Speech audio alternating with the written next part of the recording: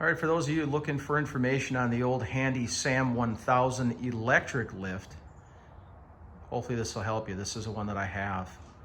It's a nice lift. It's 84 inches long and 24 inches wide. Tabletop sits at 30 inches off the ground, which is a pretty good height, especially for working on motorcycles. If you want to use it as a like a work platform or a bench for your shop, it's a little bit low for that, but it works pretty good. I'll just do a quick walk around. This is the Sam 1000, which is the standard airlift modified, and it's modified with this rear dropout panel right here. You can see that's a little dirty, but it's nice. Got some nice bracing underneath, so if you're working on your rear tire, or you can turn the bike around and take your front tire off if you want. I don't have the wheel chock on it right now. Was going to flip it upside down and clean underneath it, which I do periodically throughout the year. And take a look at underneath here in a second. I'll show you the connection on this one. There's the electric lift handle, and it shuts off automatically when you activate the controls. Just take a look underneath here. So here's how it works. You got this central shaft here, and that connects to your pivot arm. And I don't know if you can see it underneath here, but there is I guess a screw or a screw drive, a screw jack, whatever you want to call that. And that turns. That's what the electric motor runs, and just turns that screw and it lifts the unit.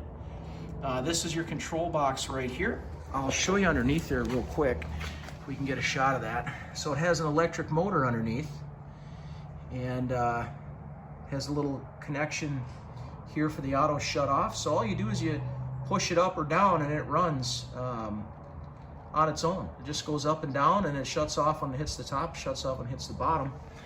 One other thing I'll show you, it does have a ramp on it. And of course there are I think these are 1.25 inch holes here.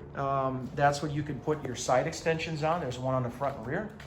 A lot of holes are drilled here on top for different kinds of motorcycle vices.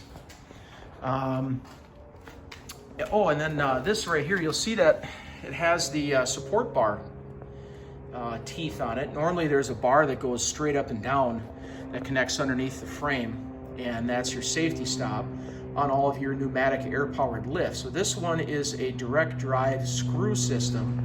So there's no way to drop it down onto a safety bar, and the lift is always engaged at all times. If you had like an air bellows or a pneumatic ram, that could fail. The air would come out of the system, and then the bike would drop probably real quick, depending on how bad the failure was.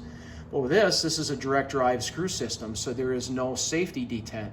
But Handy builds all of their tops and all of their legs and everything back then exactly the same.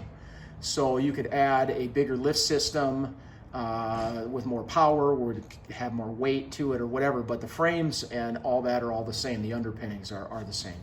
So I'll turn it on real quick just so you can hear it. I'll drop it down, and there you go. Just hit the down. Down here, you can take a look at the screw drive. There's the screw. You can see it turning, and it just runs the channel down on the arm using the electric power, which is really nice.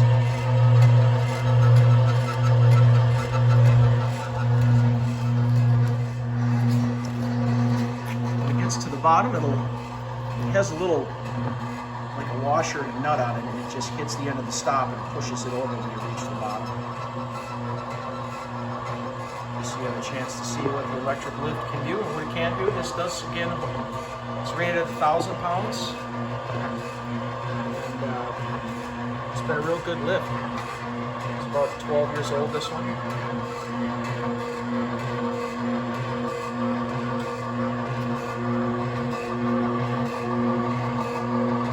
Bottom.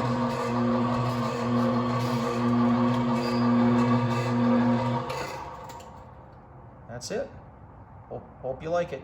Have a good day.